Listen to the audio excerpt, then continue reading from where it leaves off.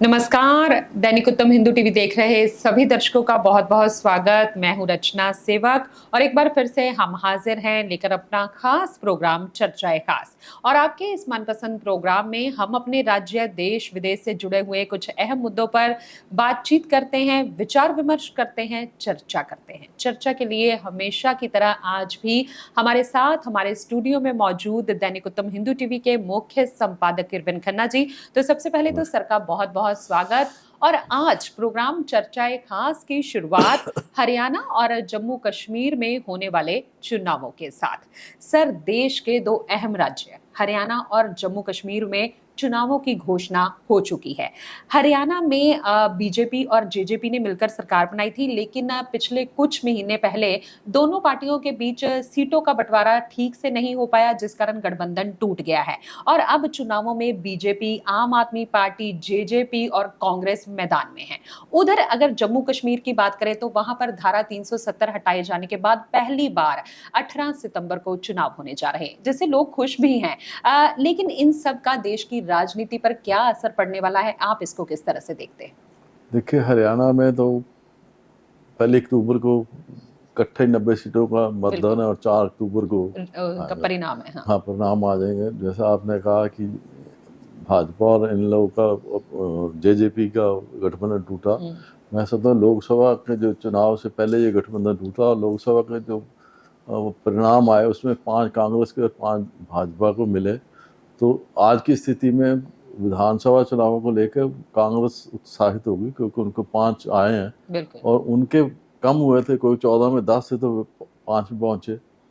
तो भाजपा दबाव में इस समय विधानसभा चुनाव, और उस दबाव को कम करने, क्योंकि 10 साल के जो सत्ता में रहने से जो एक सत्ता विरोधी भाव बनता है, उसको कम करने के लिए उन्होंने मनोहर खट्टर को भेज दिया सेंटर में और नायब सिंह सैनी नए बन गए और उन्होंने मुख्यमंत्री बनने के बाद घोषणाएं भी की ताकि जो माहौल है वो बदले। और दूसरी बात है कि वो ओबीसी से और इससे संबंधित है, तो वो एक राजनीतिक पहलू वो भी था। तो अब विधानसभा चुनाव जो घोषणा होगी, 40-45 दिन मिलेंगे, तो सब मुख्य मुकाबला तो मैं समझता हूँ आज भी कांग्रेस और भाजपा में ही रहेगा। लेकिन जेजेपी और इन लोग जो है, क्योंकि जाट क्षेत्र में ये अपने अस्तित्व की लड़ाई लड़ेंगे और कांग्रेस का जो आधार बैंक जो है वो भी हुडा बतौर जाट एक अपने आप को कांग्रेस जाट क्षेत्र में, तो ये तीनों में एक जाट मतदाता बंट भी सकता है। अगर इन लोगों जेजेपी कुछ सीटें ले जाती है तो फिर मैं समझता हूँ कि वो एक किंग मेकर की स्थिति में भी आ सकती है, क्योंकि ये त्रिशंकु मुझे लगता है कि ये हरियाणा अगर जाट मतदाता बढ़ता है, क्योंकि भाजपा को शहरी क्षेत्र में आधार उसका मजबूत है, जाट क्षेत्र में क्योंकि किसान आंदोलन का असर लोकसभा में दिखा और इसमें भी आएगा क्षेत्र में, क्योंकि जेजेपी साथ में नहीं है। जेजेपी एक तरह से जाट मतदाता को रिप्रेजेंट करती थी, वो अलग हो गई, इन लोग भी जाट मतदाता को और कांग्रेस भी जाट में, तो ये एक चुकौनिया जाट मतदाता को लेकर मैं समझता हूँ। और जहाँ तक रही आम आदमी पार्टी की, तो उसका लोकसभा में भी प्रभाव नहीं रहा उस हिसाब से, लेकिन विधानसभा में आकर मैं समझता हूँ कि वो जो मुख्य धारा की जो पार्टियां कांग्रेस और भाजपा, इनके वोट बैंक को कहीं ना कहीं वो चोट करेंगे। इनका जो गणित है उसमें खराब करने की उसमें क्षमता है अभी भी, आज मैं समझता हूँ। लेकिन वो किस हद तक अगर अगले 40 दिनों 45 में वो अपनी कैसे गोटियां खेलते हैं, कैसे फेंकते हैं, उसमें मसला करेगा। तो ये एक बड़ा दिलचस्प होना है, क्योंकि दिल्ली की राजधानी और उसके साथ जुड़ा उधर किसान आंदोलन जो शंभू बैरियर की बात करें तो वो भी इसके साथ जुड़ी हुई है। सर्वोच्च न्यायालय ने बोला है कि पार्शली खोलो, तो ये मैं आप समझता कि पार्शली तभी खुलेंगे जब अक्टूबर 4 को रिजल्ट आएंगे, उससे पहले अभी कुछ नहीं होने जा रहा। तो ये एक इंटरेस्टिंग पहलू है कि किसान आंदोलन और ये चुनाव दोनों इंटरलिंक्ड है आपस में, तो इसका क्या परिणाम निकलता है ये 4 को सुबह। रही जम्मू कश्मीर की जो बात, तो ये धारा 370 के हटने के बाद और वहाँ से लद्दाख को अलग करें, वो यूनिटरी अलग होगी, ये यूनिटरी अलग बनेगी, तो उसके बाद ये होने जा रहे हैं चुनाव। और इसमें ये है कि ये भी 90 सीट, इसकी भी सीटें इंक्रीज हुई, 90 हो गई, इसमें 47 घाटी को दे दी और 43 है जम्मू क्षेत्र की। और जम्मू में भाजपा का आधार मजबूत है, घाटी में क्षेत्रीय दल जो है उनका आधार मजबूत है, भाजपा कमजोर है। गुलाम नबी आज़ाद जम्मू क्षेत्र में, जम्मू क्षेत्र की 10 सीटें हैं जिन पे मुस्लिम मतदाता प्रभावित करेंगी। तो गुलाम नबी आज़ाद भाजपा के साथ समझौता करते हैं या अलग लड़ते हैं, ये चीज़ एक फैक्टर काउंट करेगी।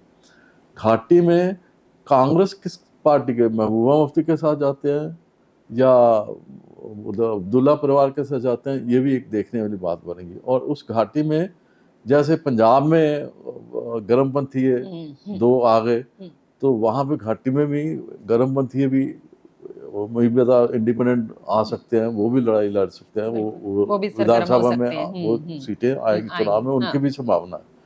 तीसरी बात जो और देखने वाली है कि जब यह घोषणा होगी तो ये लोकतंत्र की बहाली है, तो जो पाकिस्तान और भारत विरोधी है रास्ते, वो माहौल को खराब करने की कोशिश करेंगे। ये भी एक बड़ा फैक्टर है जो सेंट्रल गवर्नमेंट को ध्यान में रखना पड़ेगा कि वहाँ का आतंकवादी, कट्टरपंथी और गर्मदली एक और भारत विरोधी ताकतें जो 40-45 दिन में सिक्योरिटी पॉइंट ऑफ व्यू से बढ़ाएगी।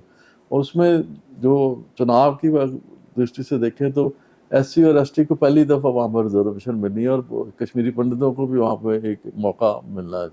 तो ये एक मैं समझता हूँ कि घाटी में जो पिछले कितने सालों का जो एक प्रोसेस चला था, जो देश से कटे हुए थे, वो मुख्य धारा में लाने का एक बड़ा कदम है।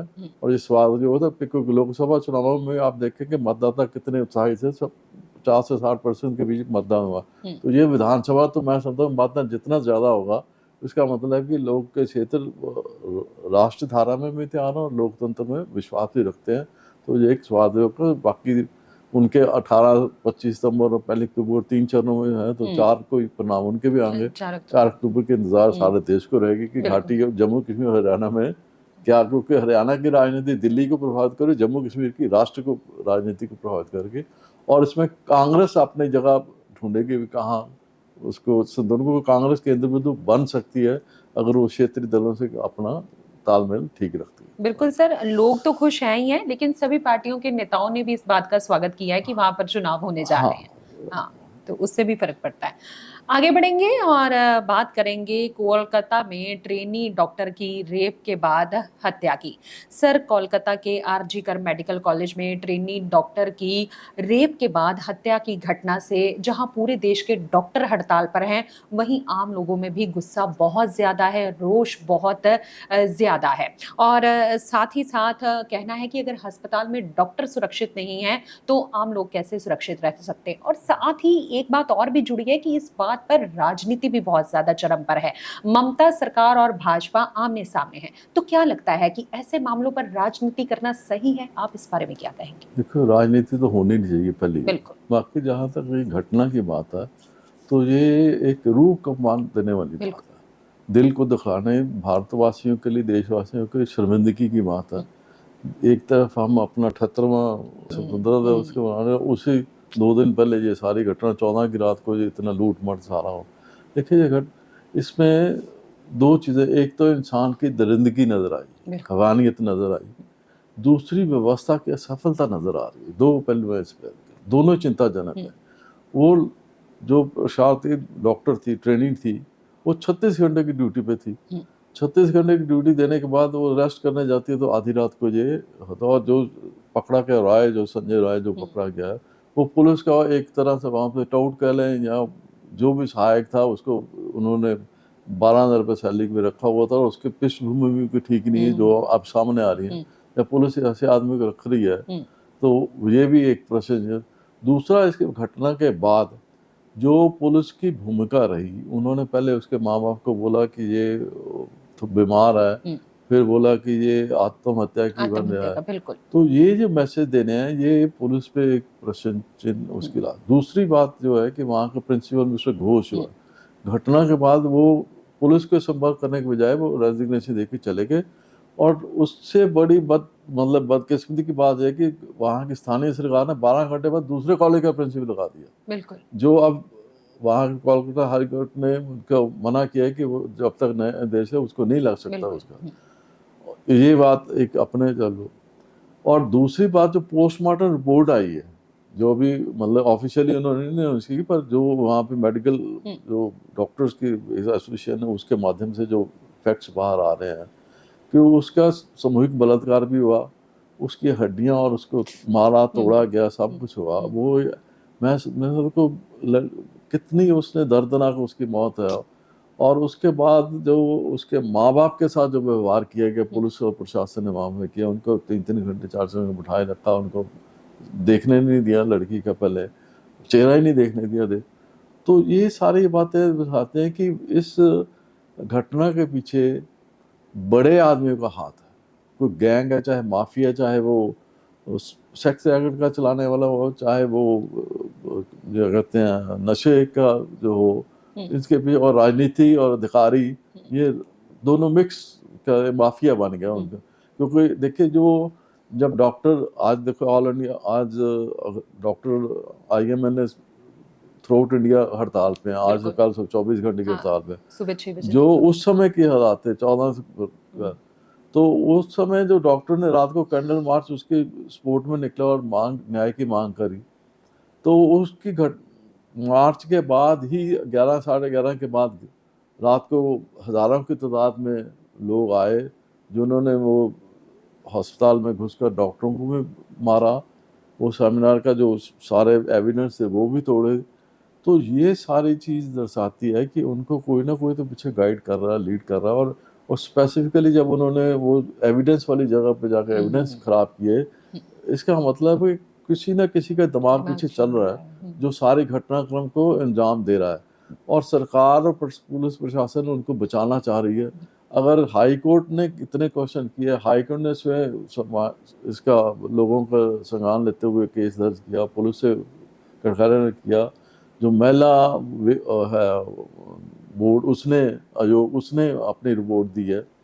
तो ये सारी बातें पुलिस और प्रशासन और सरकार को, और सबसे दुख भरी बात यह है कि वहाँ की जो मुख्यमंत्री ममता बनर्जी है, वो स्वयं महिला मुख्यमंत्री है, गृह मंत्रालय उनका, कानून व्यवस्था उनकी जिम्मेवारी है, और वो खुद रोष मार्च में निकले किसके विरुद्ध? बिल्कुल अपनी असफलता आपकी है, स्थानीय सरकार की असफलता, और आप रोष मार्च निकलते क्योंकि लोगों को भटकाने की जरूरत है। हाँ कि ये भाजपा या वामपंथियों का पीछे है जी, जब ये एक और घटिया मैं समझता हूँ कि राजनीति का स्तर चले गया। अब CBI ने प्रिंसिपल घोष को भी बुलाया, 4 साथी जो डॉक्टर जिनके साथ उन्होंने रात खाना खाया डॉक्टर ने, उनको भी पूछताछ किया गया। और ये सारा घटना ऑर्डर है कि 15 दिनों में सारी रिपोर्ट है। ममता बनर्जी फांसी मांग रही है। भाई जो काम पुलिस ने करना था वो अब CBI कर रही है, और आप धरना रोष मार्च कर रहे हो अपने विरुद्ध, अपनी सरकार के विरुद्ध।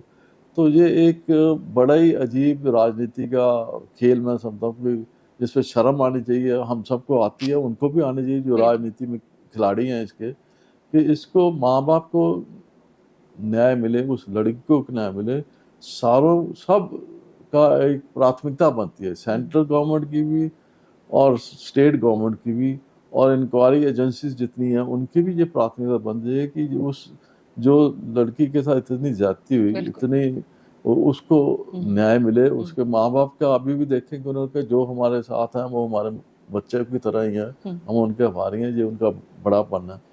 पर ऐसी घटनी लोकतंत्र की जो व्यवस्था है ये कमजोर पहलू है। इसको ऐसी घटना दिल दहलाना, रूह कांपने वाली, शर्म आती है सरकार, राज्य सरकार को, और वो पुलिस विशेष रूप से जो भूमिका उन्होंने निभाई है दुखदाई है। इसको जल्दी से जल्दी एक समय सीमा के सामने फैक्ट्स आने चाहिए और दोषियों को सजा मिलनी चाहिए।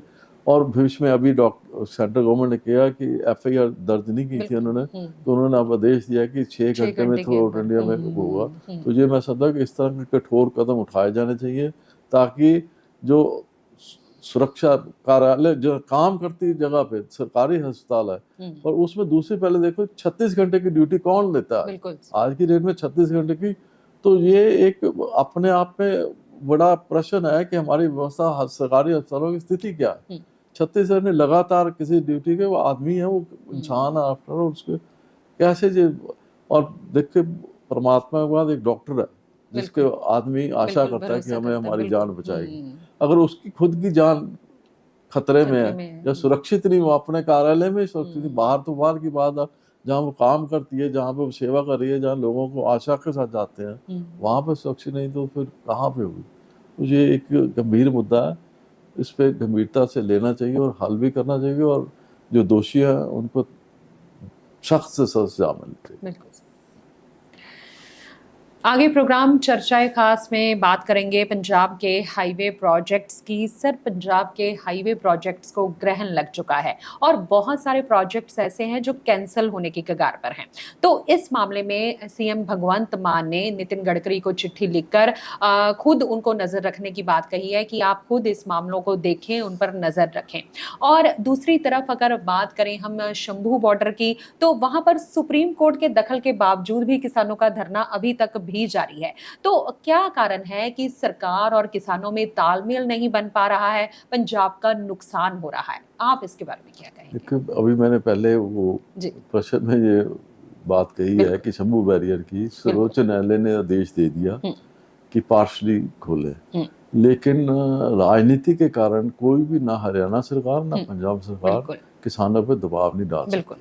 तो इस कारण वो तो अभी नहीं होगा, वो चुनावों के बाद ही, मेरा जो हरियाणा के चुनाव जब हो जाएंगे फिर आपस में बैठ के सरकारें एक फैसला करेंगी कि क्या कदम लेना है, क्योंकि अभी तो आपने भी वहाँ पे चुनाव लड़ना है, भाजपा ने भी लड़ना है चुनाव, कांग्रेस ने भी लड़ना है, तो ये तीनों के अपने राजनीतिक स्वार्थ है। तो शंभू बैरियर का मुद्दा तो अभी इसी तरह लगे, किसानों ने एक राजनीति में उनका एक रोल है, भूमिका है, उसको देखते हुए किसी ने कुछ नहीं कहना, रूटीन में जैसे आदेश आया 4 अक्टूबर के बाद।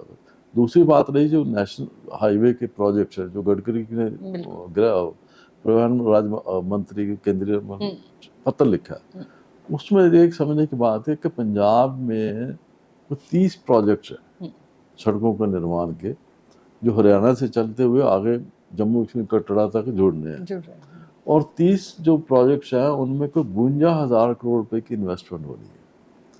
और उसमें गडकरी जी ने ये लिखा पंजाब सरकार को कि हमारे जो ठेकेदार है उनको मारा गया है, ज़मीन समय पर नहीं मिल रही, तो ये कई सौदे हमें, मतलब जो एग्रीमेंट्स हैं वो रद्द करने पड़ेंगे, या किए भी हैं उन्होंने, क्योंकि ये आम आदमी पार्टी के मिस्टर सानी ने पार्लियामेंट में प्रश्न किया था, उसके जवाब में उन्होंने किया था कि हमने कुछ रद्द किए हैं, कुछ और हो जाएंगे।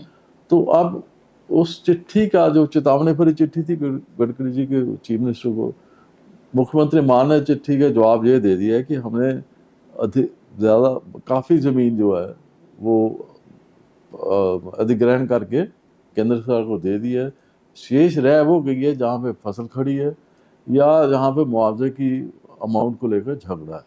अब केंद्र सरकार का ये कहना है कि 80% तो हमें जगह मिली नहीं, और दूसरा मुआवजा के भी हम 4,000 करोड़ दे चुके हैं, और उसके बाद भी भूमि हमें नहीं मिली, तो प्रोजेक्ट रुके। तो मेरा ये कहना है कि पंजाब सरकार, अच्छा उन्हें सेक्रेटरी टू सेक्रेटरी लेवल भी चिट्ठी पत्र चल रहा है, बिल्कुल, इस पे भी राजनीति नहीं करनी चाहिए, क्योंकि इसका जो नुकसान होना है, वो छुरी कहते हैं ना, खरबूजे पे गिरे खरबूजा खरबूजे बोले, नुकसान तो खरबूजे का ही होना है। नुकसान आज पंजाब का ही होना है, चाहे वो रोके चाहे ये रोके, चाहे कोई कारण, नुकसान पंजाब का होना है। और सड़क प्रोजेक्ट 52,000 करोड़ की जब इन्वेस्टमेंट रुक जाएगी तो पंजाब की डेवलपमेंट भी रुक जाएगी। सड़कों का मैं उसको दूसरी तरह समझाने की कोशिश करूंगा, सड़कों का महत्व उसी तरह है जैसे शरीर में नसों का है। बिल्कुल। अगर नस कमजोर होगी शरीर खुद बहुत कमजोर होता है। अगर आपकी सड़क ही नहीं बनी, डेवलपमेंट नहीं बनी, आवाजाही रुक गई, तो वहाँ पे फिर आपका विकास भी रुक जाएगा, इकोनॉमी इफेक्ट हो रही है। हाँ, सारा कुछ इफेक्ट है, रेवेन्यू भी सारा कुछ रुक जाएगा ना। तो इस बात को पंजाब सरकार को समझना चाहिए कि केवल टकराव के लिए टकराव या विरोध के लिए विरोध, ये इस समय पंजाब और पंजाब वासियों को सूट नहीं करता। देखो, हाई कोर्ट ने भी पंजाब सरकार को फटकार लगाई है, अब नए राज्यपाल आए हैं, उन्होंने भी सारे ऑफिसर को बुला के जो केंद्र सरकार के प्रोजेक्ट हैं वो कर। तो मैं समझता हूँ कि ये एक टकराव की भूमिका छोड़ के हमें प्रदेश और प्रदेशवासियों के हित को देख के, मैं समझता हूँ अगर झुकना भी पड़े तो जो प्रदेशवासी को झुकना है ना, पंजाब सरकार ने कुछ अगर तो झुकना चाहिए। इसमें क्या, इसमें अहम नहीं आना चाहिए, ना राजनीति आनी चाहिए, क्योंकि ये विकास, सड़कें बनेगी, विकास चलेगा, तभी पंजाब का भविष्य उज्जवल होगा। तो ये मैं समझता हूँ कि मान सरकार को समय की मांग को देखते हुए अपने जो अप्रोच है उसको बताना चाहिए। केंद्र सरकार को भी, केंद्र सरकार की ये स्थिति होनी चाहिए कि केवल दबाव बनाने के लिए प्रोजेक्ट कैंसिल ना करें। अगर कोई है तो वो एक जॉइंट सी कमेटी बन जाए, आपस में जब वो मुद्दा दर मुद्दा उनका डिस्कस करके उसका हल ढूंढा जाए, और पंजाब सरकार को विशेष रूप से रुचि लेके इन समस्याओं को सुलझाना चाहिए। बिल्कुल। आगे प्रोग्राम में बात करेंगे स्वतंत्रता दिवस समारोह की। सर, लाल किले पर हुए स्वतंत्रता दिवस समारोह में राहुल गांधी को पीछे की सीट पर बिठाने को लेकर विवाद खड़ा हो गया है, क्योंकि राहुल गांधी नेता प्रतिपक्ष पहली बार लाल किले पर हुए स्वतंत्रता दिवस समारोह में पहुंचे थे। अब सोशल मीडिया से लेकर कांग्रेस नेता तक सिटिंग अरेंजमेंट पर सवाल उठा रहे हैं, बवाल खड़ा कर दिया है। तो आप इस मामले पर क्या कहेंगे? देखिए, लोकतंत्र व्यवस्था में विपक्ष जो है या प्रतिपक्ष, दोनों शब्द यूज हो जाते हैं, प्रतिपक्ष या विपक्ष। हाँ। जब तक वो नहीं होता तो लोकतंत्र माना ही नहीं जाता। विपक्ष या प्रतिपक्ष के बिना लोकतंत्र चलता ही नहीं। और दूसरी बात ये है कि जब हम संसद की सिटिंग अरेंजमेंट देखते हैं तो एक तरफ नेता पक्ष प्रधानमंत्री है, तो दूसरी तरफ सामने नेता प्रतिपक्ष विपक्ष बैठता है, आमने सामने होता है। तो कुछ सीधा होता है कि अगला आने वाला जो प्रधानमंत्री हो सकता है वो सामने बैठा है, सरकार के विकल्प के रूप में वो सामने बैठा है। तो अब इस पहली दफा वो गए थे राहुल गांधी, और उनको 5वीं पंक्ति में बैठा दिया गया, और उनका जो डेजिग्नेशन है वो कैबिनेट मंत्री का है। उनको वही मान सम्मान है जो एक कैबिनेट, सेंटर के कैबिनेट में उसको, उनका ये एक संवैधानिक है, स्थिति है उसको। तो मैं ये समझता कि उनको अब इन्होंने, सरकार का उत्तर ये आया है कि हमने सभी मंत्री पीछे उठाए। मैं कहता हूँ सरकार ने पता नहीं इस पर्पज से बैठाया कि इनको भी पीछे बिठाना, तो उनको भी सबको पीछे बिठा दो। वो मंत्री हैं आपके यहाँ, आप नेता प्रतिपक्ष तो एक ही है, उसको उसका मान सम्मान मिलना चाहिए। ये मैं एक लोकतांत्रिक व्यवस्था से, मंत्री कई हैं आपके पास, आप उनको बिठाएं, नेता प्रतिपक्ष एक है, और वो प्रधानमंत्री के बराबर एक सामने संसद में उसकी स्थिति वो है कि वो सामने बैठता है। तो कम से कम मैं पहली पंक्ति में अपने साथ नहीं बिठाते, तो पिछले पंक्ति में 5वीं पंक्ति में बिठाना मैं समझता हूँ कि वो ठीक नहीं है, गलत, not up to the mark जिसको हम कह सकते हैं। और दूसरी बात है कि अब राहुल गांधी के पास 2 विकल्प थे उस समय। एक पहला विकल्प था कि वो गए, अपने सीट देखी, वहां बैठते, 5 मिनट बाद उठ जाते ताकि विरोध दर्ज कराते, मैं आया था, मुझे लगा प्रॉपर अरेंजमेंट नहीं है, मैं उठ के चले गया। एक स्थिति ये थी। दूसरा विकल्प ये था कि जैसे वो बैठे रहे उन्होंने। अब जो पहले विकल्प पे अगर उठ जाते तो विवाद और तरह का होता, फिर पक्ष और विपक्ष टकराव रहते कि हाँ जी उन्होंने मैच्योरिटी नहीं दिखाई। मैं समझता कि राहुल गांधी ने इस मामले में मैच्योरिटी दिखाई। उन्होंने परिस्थितियों को देखते हुए वहां में बैठे, उन्होंने अपने आप को ढाला, ठीक है, जैसे उन्होंने अरेंजमेंट किया मैं बैठ गया, जो सरकार का अरेंजमेंट है उन्होंने बैठा। इस कारण सरकार आज कटघरे हुए, मैं कहता हूँ सरकार का दिल बड़ा होना चाहिए था। नेता प्रतिपक्ष एक ही है, मंत्री कई हैं, मंत्रियों के साथ उसका मुकाबला नहीं हो सकता, जैसे सांसदों का उसके साथ नहीं हो सकता, प्रधानमंत्री का दूसरे मंत्रियों के साथ नहीं हो सकता। फर्स्ट अमंग इक्वल्स, हमारे हम पॉलिटिकल साइंस में पढ़ते थे, prime minister definitely first among equals, तो नेता प्रतिपक्ष भी फर्स्ट अमंग इक्वल्स है। वो अपोजिशन का तो आप सत्ता पक्ष के हो, तो उनकी स्थिति को भी मान सम्मान मिलना चाहिए था। भविष्य में ऐसा ना हो, यही मैं दुआ करता हूँ कि राजनीति का स्तर इस तरह नहीं आना चाहिए कि आप दूसरे को नीचा, वो भी सांसद है, नेता प्रतिपक्ष है, उनका जो बनता मान सम्मान है वो मिलना चाहिए। किस कारण हुआ, प्रोटोकॉल के हिसाब से हुआ, ये तकनीकी चीज़ें अधिकारीगण करते हैं, पर एक पॉलिटिशियन जो है उसको समझ होनी चाहिए, उसको एक विजन उसका होना चाहिए। भाई केवल लकीर के फकीर बन के नहीं चला जा सकता, व्यवहारिक तौर पे भी कई बातें होती हैं जो समय अनुसार निर्णय लिया जाता, उसका फ़ायदा होता। तो ये समय अनुसार कि ये चाहिए था कि नेता प्रतिपक्ष को उतना मान सम्मान मिले जो नहीं मिला, जो दुर्भाग्यपूर्ण है, और भविष्य में ना हो, ऐसा मैं दुआ कर सकता हूँ। सरकार भी ध्यान दे और तो सुनिश्चित करे कि ऐसी बात नहीं आनी चाहिए। तो ये था हमारा आज का प्रोग्राम चर्चाए खास। आज हमने अपने इस प्रोग्राम में जम्मू कश्मीर और हरियाणा में चुनावों की बात की है, साथ ही साथ पंजाब के हाईवे प्रोजेक्ट्स की, और साथ ही साथ देश में इस समय चल रहे बहुत ही संवेदनशील मुद्दे, डॉक्टर की रेप के बाद हत्या की सर के साथ चर्चा की है। तो बहुत सारे मुद्दों पर चर्चा करना जरूरी होता है, तभी कुछ बातों के हल जो हैं आपस में बातचीत से, चर्चा से निकलते हैं। लेकिन फिलहाल आज इस प्रोग्राम में इतना ही। अगले हफ्ते प्रोग्राम चर्चाए खास में सर के साथ और आपके साथ फिर होगी मुलाकात। तब तक के लिए मुझे रचना को और सर को दे दीजिए इजाजत। नमस्कार।